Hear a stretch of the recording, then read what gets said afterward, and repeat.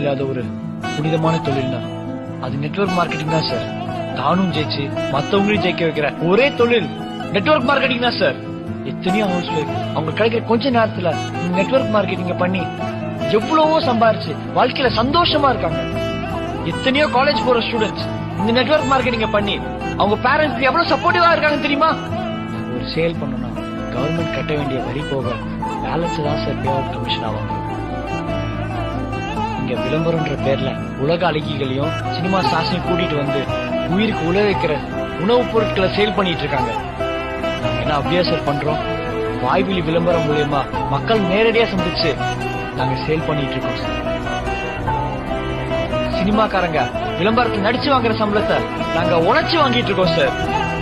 இந்த பிசினஸ் லீகலா எத்திக்கலா ஹலாலான முறையில பண்ணிட்டு இருக்கோம் சார். மோர தெரு தெருவா கூவி கூவி வித்தாலும் யாரும் வாங்க மாட்டாங்க.